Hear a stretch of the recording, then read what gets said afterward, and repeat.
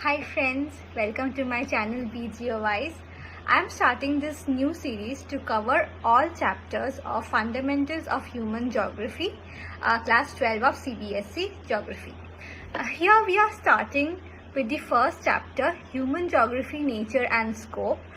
So let's begin with the chapter, and if you have any doubt, please post in the comment section. So now let's see what is geography. Geography एक ऐसा discipline है जो basically earth को describe करता है।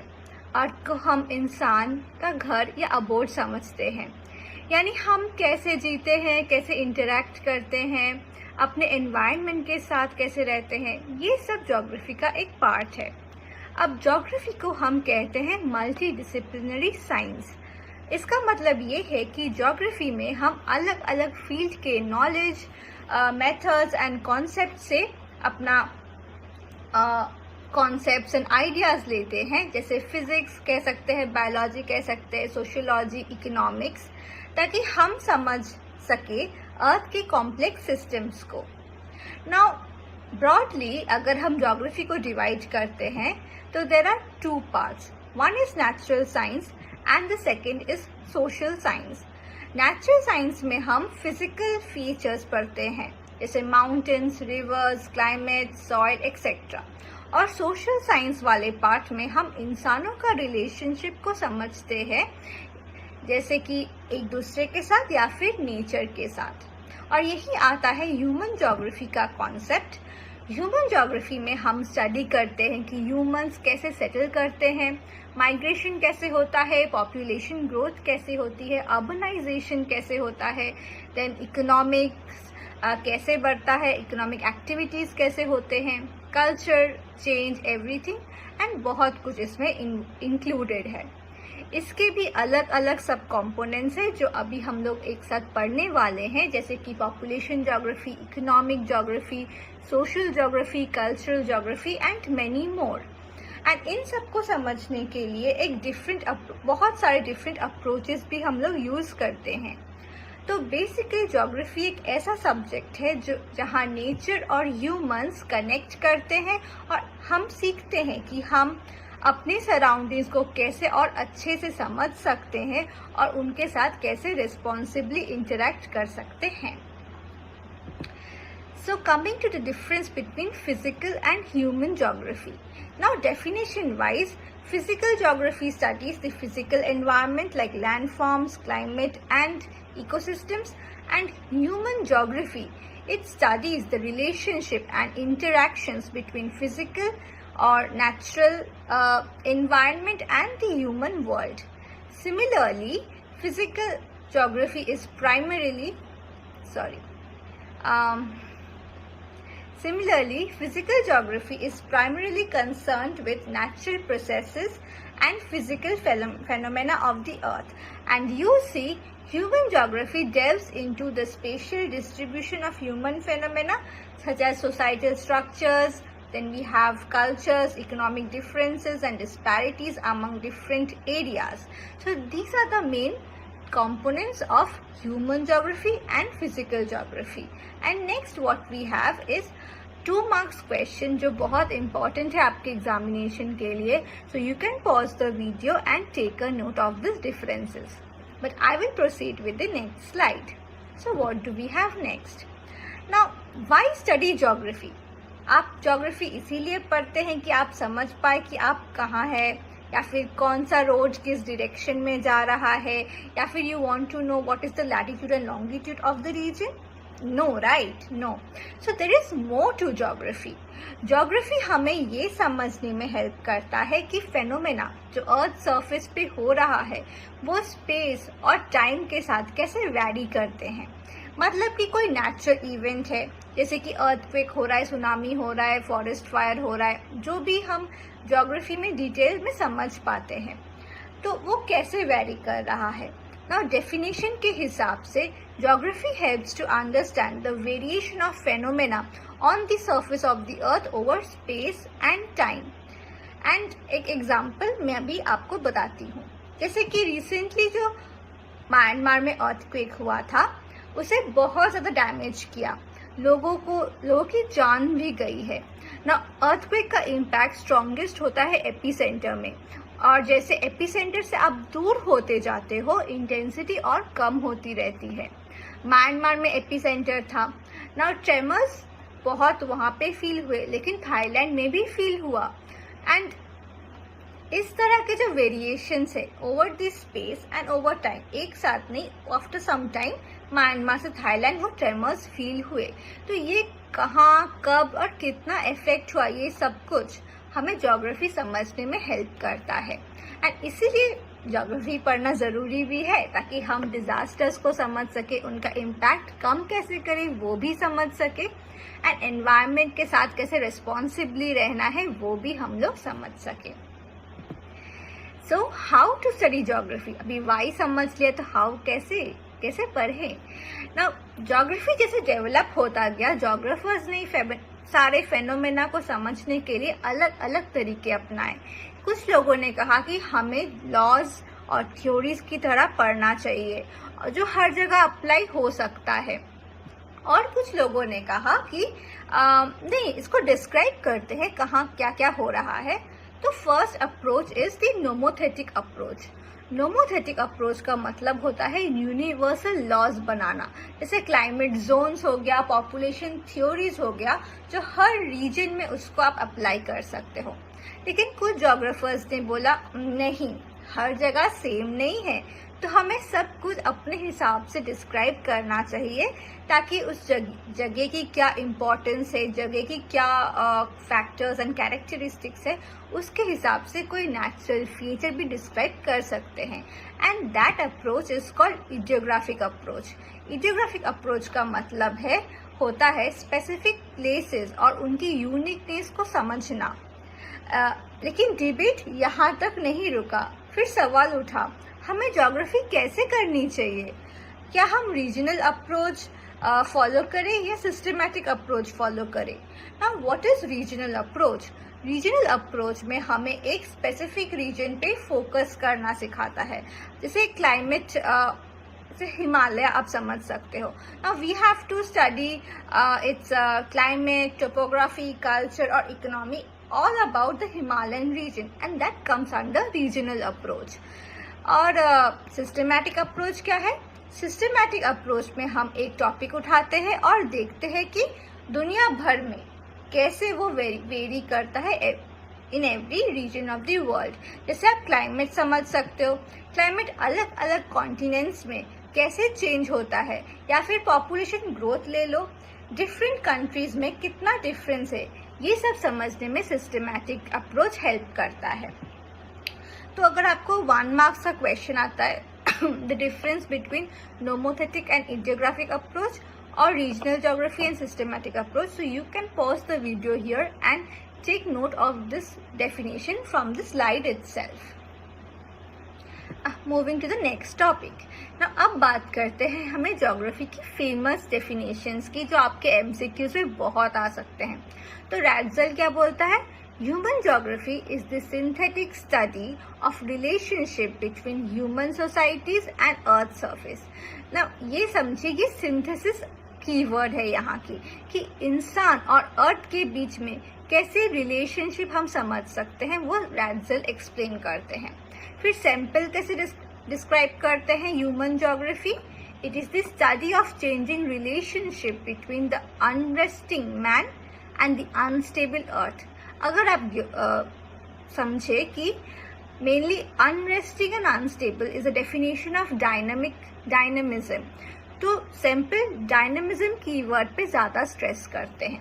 And Paul Vidal de la Blache, he says that conception resulting from more synthetic knowledge of a physical law governing our earth and of the relation between the living beings which inhabit it. यहाँ पे synthesis, not synthesis but यहाँ पे सब कुछ का एक inter relationship, इसको highlight करता है पॉल विडाल-डी-ला-ब्लाश। सो ये है, आप अगर आप की टिप्स यहाँ से कुछ लेना चाहते हैं तो I will say that Ratzel is synthesis, Semple is dynamism and Vidal de la Blache is synthesis, and relationship between synthesis and physical laws that govern our nature. Now एक इस डायग्राम से मैं रिलेट करती हूँ कि how region, village, town and are described as organisms. तो human, आप geography को अब एक ह्यूमन एनाटॉमी से कंपेयर करें. Physical features of the earth, ये हमारी बॉडी है. रीजन्स, विलेजेस, टाउन्स, ये एक ऑर्गेनिज्म है. और हमारा स्टेट और कंट्री बेसिकली ये लिविंग ऑर्गेनिज्म है. और ये सारा कॉन्सेप्ट आपको जर्मन जोग्राफर्स ने दिया था ना. फिर उसके बाद उन्होंने ये भी बोला था कि आपके जो रोड्स, रेलवेज, वाटरवे नेटवर्क्स है, ये सारे ह्यूमन बॉडी के आर्टरीज जैसे है, आर्टरीज ऑफ सर्कुलेशन. जैसे ब्लड बॉडी में सर्कुलेट होता है, वैसे लोग एंड गुड्स इसके थ्रू सर्कुलेट होते रहते हैं. So this is the concept of how human organism can be compared to the domain of geography. Now we come to the two powerful ideas in geography: naturalization of humans and humanization of nature. Sounds deep, right? But let's break it down in a super simple way. Now first imagine this. आप एक village में रहते हैं जहाँ climate बहुत harsh है. गर्मी में स्कॉर्चिंग हीट है और सर्दी में फ्रीजिंग कोल्ड. ऊपर से सॉइल भी आपको फार्मिंग करने के लिए परफेक्ट नहीं है. तो लोगों को क्या करना चाहिए? वो अडैप्ट करते हैं. यहाँ adapt is the key word.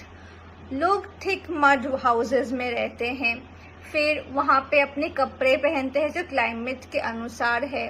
Then what we have is people grow local food जो वो क्लाइमेट के हिसाब से, सॉइल के हिसाब से परफेक्ट है. तो ये जो भी प्रोसेस है इसे हम कहते हैं naturalization of humans, because humans are adapting to the nature according to the life they found there. Then comes the next concept, like we are flipping the script here. Humans invent irrigation system. They build dams, air conditioners, skyscrapers. We change rivers, cut through mountains, build city on deserts, all using technology and planning. This is called humanization of nature. Now humans are in change. We start modifying nature to suit our needs. It shows that we have moved from just surviving with the nature to shaping nature around us. So in short, naturalization of human means nature control us, and humanization of nature means we control the nature. Now nature of human geography. अब समझो nature और technology का क्या connection है. पहले humans का nature के साथ इंटरेक्शन कैसे होता था. स्टार्टिंग स्टेज में नेचर ह्यूमंस को बहुत स्ट्रांगली कंट्रोल करता था, क्योंकि हमारे पास टेक्नोलॉजी भी नहीं था एंड सोसाइटी भी बहुत प्रिमिटिव स्टेज में थी. तो यहाँ क्या लिखा है, humans adapt to nature because the level of technology is low and the stage of human societal development is primitive. ये टाइप का रिलेशनशिप जहाँ नेचर हमारे ऊपर बहुत they act like a boss, इसको कहते हैं environmental determinism. And if you think about some quick MCQs, what we have is primitive society plus strong nature means environmental determinism, and technology जब develop हो जाती है then environment हमें कम control करने लगता है. So what do we have next? As technology advancement occurs, humanization of nature has occurred. Now, ever wondered how humans manage to live in deserts, build cities on mountains, or launch satellites into space? ये survival नहीं, ये possibilism का theory है. Possibilism कहता है कि environment sets limits, but humans have the power to adapt and change things. Unlike determinism, which says nature controls everything, possibilism believes that we are not stuck, we innovate. Nature gives us the raw materials, but it is up to us how we use it. And what possibilities are there, not just living with nature but working with it. So this is the main concept of possibilism. And don't forget, if you're liking whatever I'm talking about, please do like my channel. My video. Now coming to Neo-determinism. That is a concept given by Griffith Taylor, where we try to understand how we come in terms with both determinism and possibilism. Now let's take a traffic light example. सोचो आप city में हो और cross road पे traffic light आपको दिखता है. Red means stop. जैसे एनवायरनमेंट कभी कभी इंसान को रोकता है. एम्बर लाइट और yellow light means get ready. इंसान को डिसाइड करना होता है कि अब क्या करे, कुछ करे कि नहीं करे, वेट करे, कैसे करे. And green light is go, which says जब एनवायरनमेंट अलाउ करे तब ह्यूमन डेवलपमेंट पॉसिबल है. एंड इसका मतलब यही हुआ, ना तो एब्सोल्यूट कंट्रोल नेचर का है जैसे एनवायरमेंटल डिटर्मिनिज्म, ना ही ह्यूमंस को कंप्लीट फ्रीडम है जैसे पॉसिबिलिज्म. ह्यूमंस नेचर को ओबे करते ही कॉन्कर कर सकता है. Stop when nature says stop, go when it allows. यही कॉन्सेप्ट है न्यू डिटर्मिनिज्म का, जो ग्रिफिथ टेलर ने कहा था. Humans can modify nature but only within limits.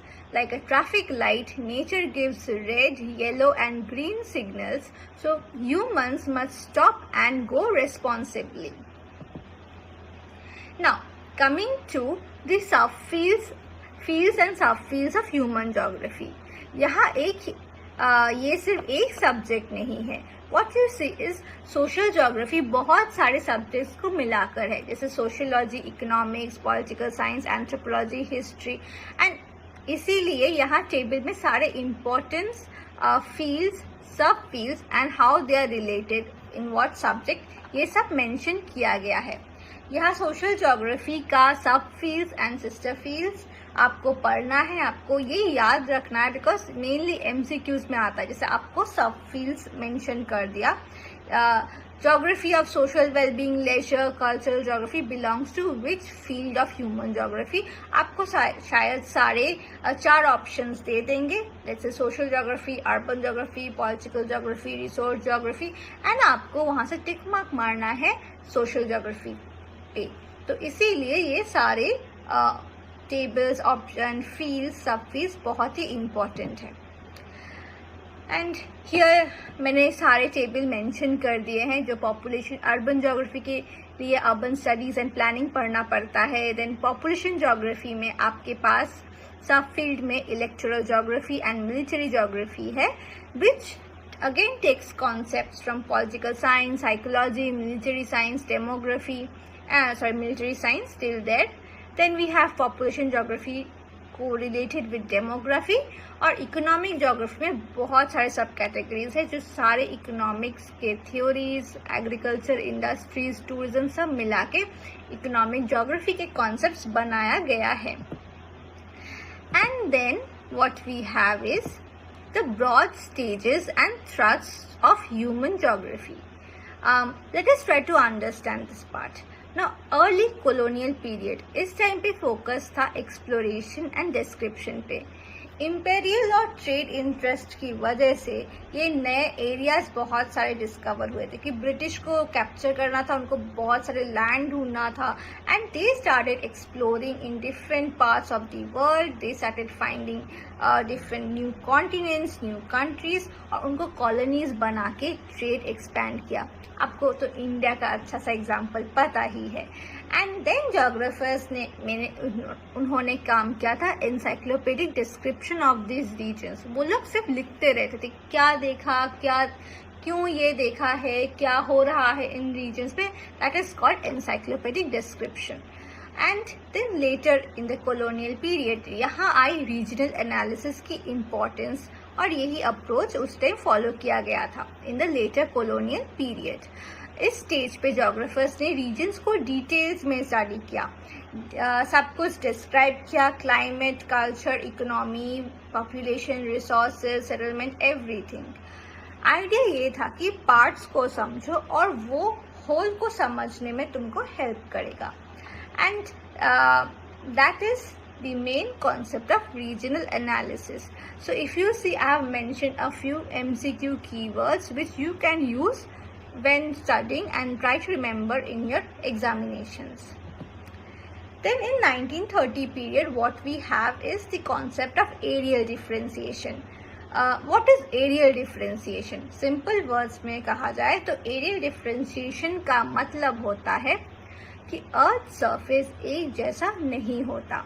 अलग अलग जगह पे अलग अलग कंडीशंस होती है और हर रीजन यूनिक होता है अपने फिजिकल फीचर्स में, क्लाइमेट फीचर्स में, पॉपुलेशन के हिसाब से, रिलीजन के हिसाब से, इकोनॉमी के हिसाब से. Every region is different and every region is unique. आप एक सिंपल एग्जांपल ले लो राजस्थान और केरला का. दोनों इंडिया में है, पर राजस्थान में क्या होता है? Desert type of climate, low rainfall and sparse vegetation. But Kerala is opposite. उसमें उधर ट्रॉपिकल क्लाइमेट है, हैवी रेनफॉल है, लश ग्रीन फॉरेस्ट है, कोस्टल इकोसिस्टम है. तो ये सारे ही वेस्टर्न बेल्ट में है, लेकिन दोनों का different region, different climate, temperature, physical features, they both are unique. So ये रीजन्स को जो अलग है उनको समझने के लिए हम लोग एरियल डिफरेंशिएशन कॉन्सेप्ट को लेते हैं. एंड किसने डेवलप किया है ये कॉन्सेप्ट? रिचर्ड हार्टशॉर्न ने 1939 ईयर में ये कॉन्सेप्ट बहुत ही पॉपुलर किया था. उन्होंने बोला था कि ज्योग्राफी का मेन एम है अर्थ के रीजन्स को डिफरेंशिएट करना और एक्सप्लेन करना. And that is what happened in the 1930 period.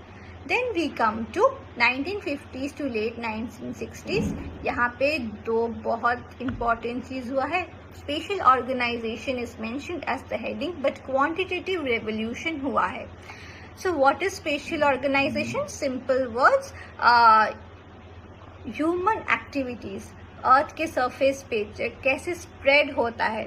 This spatial in whatever is happening in space. A differentiation means in different spaces क्या क्या हो रहा है. So studying this entire thing is called studying the spatial organization of a region. Example देती हूँ. लोग किस जगह सेटल होते हैं और क्यों? Cities कहाँ डेवलप होती है? In near the river bank or far away from the river bank. Transport networks का पैटर्न कैसा होता है? Linear, circular, ट्राइंगल और what ever star shaped.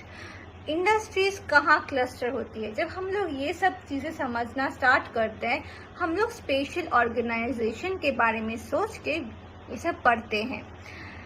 Then what happened is statistical tools भी आना शुरू कर गया उस टाइम पे. We had computers, we wanted to impose all these theories in a law form and physics के लॉज भी अप्लाई करना चालू कर दिए.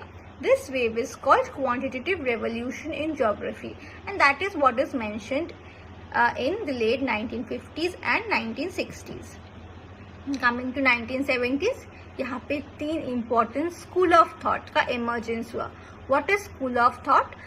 Like हम लोग जैसे कुछ subject को पढ़ते हैं, समझते हैं, तो बहुत सारे लोग एक चीज़ को follow करते हैं, and that entire collective of people who give their opinions and research and analysis for a particular way of studying one particular topic, उसको हम school बोलते हैं, school of thought. And it is not only in geography, ये सारे academic subjects में है.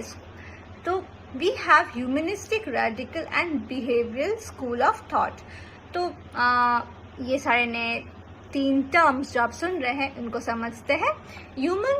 Humanistic geography इंसान का इमोशंस, वैल्यूज, एक्सपीरियंसेस पे फोकस करते हैं ह्यूमनिस्टिक ज्योग्राफी पढ़ने के लिए. जैसे इंसान किस जगह क्या अटैचमेंट, किस जगह से कैसे अटैचमेंट फील करता है, ये नंबर्स में नहीं बताया जा सकता. So we always write it and that is a part of humanistic geography. Then comes behavioural geography. ये देखते हैं कि हम ह्यूमंस कैसे डिसाइड कर डिसीशंस लेता है, कैसे परसीव करता है एक चीज़ को और कैसे एनवायरनमेंट पे रिएक्ट करता है. These are a part of behavioural geography. And radical geography, ये स्कूल इज सोसाइटी का इनइक्वालिटी, पॉवर्टी, इनजस्टिस, ये सारे इश्यूज को बहुत अपहोल्ड करते हैं, हाईलाइट करते हैं, and they try to figure out कि क्या हो रहा है, क्यों हो रहा है. And all these three approaches of geography are linked with the social change that is happening in the world. And then coming to the 1990s, that is the theory of postmodernism in geography. 1990s में scholars ने कहा एक ही universal theory सब जगह apply हो नहीं सकती. एक जनरलाइजेशन मतलब कि हम लोग एक ही थ्योरी सब चीज़ पे अप्लाई कर रहे हैं, उसको जनरलाइजेशन ही बोलते हैं. तो वो सारे थ्योरीज को फिट नहीं करता. सब चीज़ को समझने के लिए डिफरेंट थ्योरीज होता है, लोकल कॉन्टेक्स्ट अलग होता है, उनका एक यूनिकनेस होता है. रीजनल वाइज देखा जाए, जो छोटे छोटे लोकल चीज़ को मिला के रीजन बनता है, वो अलग से बिहेव करते हैं. तो इसीलिए पोस्ट मॉडर्निज्म का थ्योरी दिया गया है कि local culture, traditions and identity का रेस्पेक्ट करना चाहिए. एंड हर प्लेस अपने हिसाब से यूनिक होती है, उनका अलग ही कहानी होता है. And that is how we should study a place, a phenomena और any cultural idea. So these are the main theories of 1990s human geography. And key MCQ keywords are mentioned here. What you can do is read them, like 1970s has which school of thought, 1980s has which school of thought, postmodernism 1990s में जो हुआ था, these things you should remember.